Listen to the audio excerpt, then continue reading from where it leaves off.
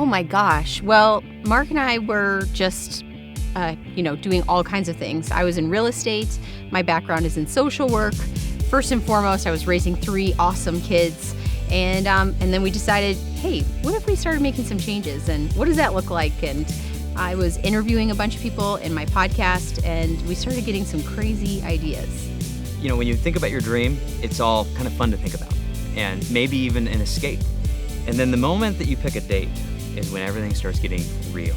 Probably the scariest part of the entire journey is before you leave, but when you know you're going to. Oh my gosh. The first day we backed out and we just started driving, it was a little bit scary. It was an absolute blast. And then out of nowhere, I hear the loudest sound I've ever heard come out of a car, and our tire literally exploded. And of course, I didn't have a 4-way wrench because we knew nothing about RVing when we started. And I didn't know that the lug nuts on a truck were different than the lug nuts on the trailer. And that was welcome to RVing. So now we've been RVing for 3.5 years. We've gone through all of North America, Mexico, Canada, Alaska, and New Zealand. From day one, not even having a 4-way wrench to change a flat tire, to now having 6 lithium batteries, 1,200 watts of solar, my 4-way wrench, and every possible tool to crack any nut on that toy hauler. We are completely independent now. So our current rig is a 2019 Grand Design 399 Momentum toy hauler. And with a rig that has 115 gallons of fresh water, the only thing that can make that any better is having unlimited power. So with the 6 lithium battle-borne batteries and the 1,200 watts of solar on the roof, combined with 115 gallons of fresh water, it means that we can be out here in the middle of Sedona and we can be here pretty much as long as we want.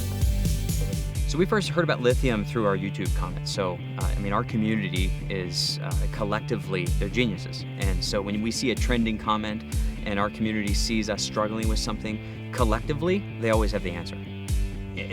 Don't tell them, but they help me more than I help them. Because collectively, we're reaching 1.5 million viewers a month right now. And when you release those videos and you get that type of feedback, again, when the feedback trends, it's spot on. When we first moved to battle-borne batteries and what we call Grand Ginger, that was a 37-foot Grand Design travel trailer. That was really the first time we started to experience, I think, the independence and the freedom that most RVers are seeking. You need to stay connected somehow, no matter how much you love camping. I love it, but it's nice to play video games sometimes or watch my phone, because there's no difference between living in a house and the RV. It's just better because I get new scenery every time I get to do something. I look out the window, it's just better every time. So one of the things that surprised our community is why we would get such a large battery bank when we have an onboard generator.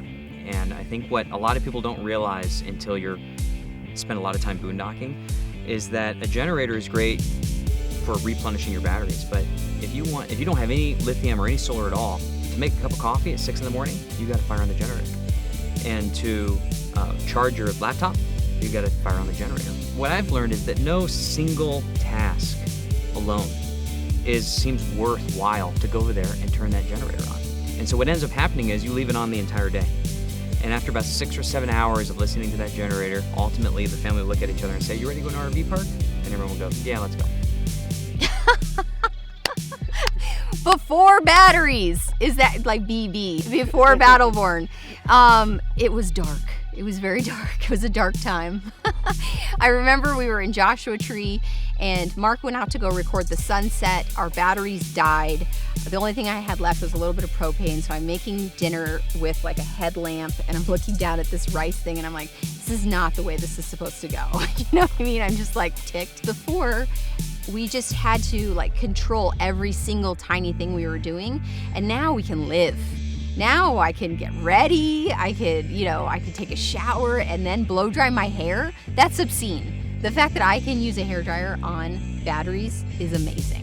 If you're near a national park, there's no dogs on the trails. And they need to stay inside of a rig. So if you don't have the ability to run a fan or AC or get some movement, then what are you supposed to do? The whole idea of being out is to have your whole family, to have your animals, to do what you want to do on your own terms. And the batteries let you do that, which is awesome.